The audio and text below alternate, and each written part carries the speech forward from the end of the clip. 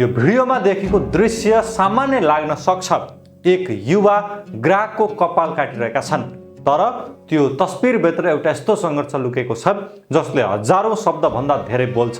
किनभने कपाल काटिरहेका ती युवकका दुवै हातमा औँला छैनन्, तर औँलाभन्दा ठुलो कुरा उनका सपनाहरू छन्, आत्मविश्वास छ र हार नमान्ने अदम्य साहस छ। दाङका 18 वर्षीय देवबहादुर परियार, जसको जन्म नै दुवै हातका औँला बिना भयो, धेरैका लागि यस्तो अवस्था जीवनभरको निर्भरता र निराशाको कारण बन्न सक्थ्यो।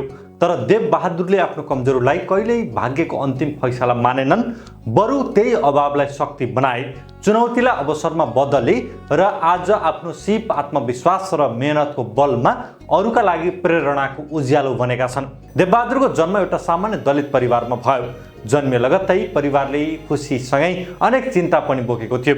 दुवै हातका औँला नभएको बच्चाले भविष्यमा कसरी पढ्ला, कसरी लेख्ला, कसरी आफ्नो जीवन चलाउला, यस्ता प्रश्नहरूले परिवारलाई धेरै पटक सताए। समाजका केही मानिसका दृष्टि सहानुभूति भन्दा बढी दया र शङ्का मिसिएका थिए। तर नियतिले उनीमाथि जति कठोर व्यवहार गर्यो, देवबहादुर त्यति नै कठोर भएर सङ्घर्षसँग जुझ्न सिके। विद्यालय जान थालेपछि अर्को चुनौती सुरु भयो। सबै विद्यार्थीले आफ्नै हातले लेख्थे, उनी भने सहयोगको सहारामा परीक्षा दिन्थे। कसैले लेखिदिनु पर्थ्यो, कसैले सहयोग गर्नु पर्थ्यो। पढाइको यात्रा सहज थिएन।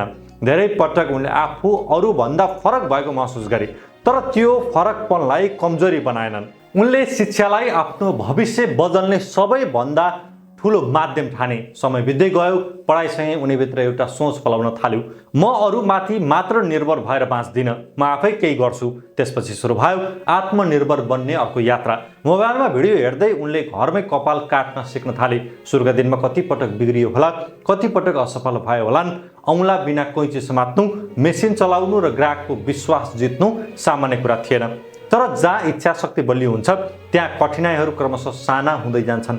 दिनौ अभ्यास गरे, बारम्बार प्रयास गरे, हार मानेनन्। अन्ततः उनले आफूभित्रको सिपलाई व्यवसायमा बदल्ने निर्णय गरे। यसै गत महिनादेखि उनले आफ्नै सैलुन सञ्चालन गर्न थालेका छन्। अहिले उनी आफ्नै मेहनतबाट आम्दानी गरिरहेका छन्। आफ्ना लागि मात्र होइन, परिवारका लागि पनि सहारा बनेका छन्। आफ्नो सिपले सम्मानजनक जीवन जिउन सकिन्छ भन्ने उदाहरण उनले व्यवहारमै प्रस्तुत गरेका छन्। यति मात्र होइन, देवबहादुरको सपना अझै ठुलो छ। उनी अहिले शिक्षक सेवा आयोगको लाइसेन्स परीक्षाको तयारीमा पनि जुटेका छन्। उनी शिक्षण पेसामा प्रवेश गरेर आफू जस्तै सङ्घर्ष गरिरहेका बालबालिका र युवाहरूलाई प्रेरणा दिन चाहन्छन्।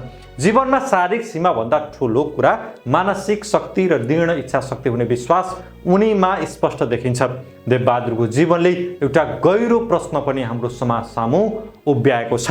आज सामाजिक सञ्जालमा दिनभर यो देशमा केही हुँदैन, अवसर छैन, जीवन सकियो भन्दै औँला घोटेर समय बिताउनेहरू थुप्रै छन्। सग्ला हात, सग्ला खुट्टा, राम्रो स्वास्थ्य र अनेक अवसर हुँदाहुँदै पनि धेरै युवा निराशामा डुबिरहेका छन्। कोही आफ्नो क्षमता चिन्न सकिरहेका छैनन् भने कोही असफलताको एउटा क्षणलाई जीवनकै अन्तिम सत्य ठानिरहेका छन्। दुःखद कुरा, यस्तै निराशाले केही युवालाई आत्महत्या जस्तो अपरिवर्तनीय निर्णयसम्म पुर्याइदिएको छ। तर देवबहादुर परियारको कथा यस्ता सबैका लागि एउटा सशक्त सन्देश हो। उनका हातमा औँला छैनन्, तर आशा छ। उनीसँग शारीरिक सीमितता छ, तर असीम आत्मविश्वास छ। उनको जीवनमा कठिनाइ धेरै छन्, तर बाना एउटा पनि छैन। उनले संसार बदल्ने प्रयास गरेका छैनन्, उनले केवल आफूलाई बदल्ने निर्णय गरे। र जब एउटा मानिस आफू बदलिन्छ, त्यसले समाजलाई पनि सोच्न बाध्य बनाउँछ। वास्तवमा सफलता शरीरले होइन, सोचले तय गर्छ। अवसर आफै आउने कुरा होइन, खोज्नुपर्ने कुरा हो। देवबहादुरले यही सत्यलाई आफ्नो जीवनबाट प्रमाणित गरेका छन्। आज नेपालभर देवबहादुर जस्तै हजारौं युवा छन् जसले शारीरिक अपाङ्गता, आर्थिक अभाव वा सामाजिक विभेदका बीच पनि ज्ञान, सिप र निरन्तर मेहनतका आधारमा आफ्नो भविष्य निर्माण गरिरहेका छन्। कसैले कम्प्युटर चलाइरहेका छन्, कसैले व्यवसाय धानिरहेका छन्, कसैले पढाइमा उत्कृष्ट नतिजा पनि ल्याइरहेका छन्। उनीहरूले देखाइरहेका छन् सीमा शरीरमा हुन्छ, सम्भावनामा हुँदैन। देवबहादुर परियारको कथा कुनै चमत्कारको कथा होइन, यो निरन्तर अभ्यास, धैर्य, आत्मविश्वास र हार नमान्ने इच्छा शक्तिको कथा हो। सायद उनका दुवै हातमा औँला छैनन्, तर उनले हजारौं मानिसको मन छुने साहसका औँलाहरू बनाएका छन्। उनी प्रत्येक सङ्घर्षरत युवालाई भनिरहेका छन्, परिस्थिति जति कठिन भए पनि जीवनले विकल्प सधैँ राखेको हुन्छ। त्यो विकल्प खोज्ने आँट भने आफैभित्र हुनुपर्छ।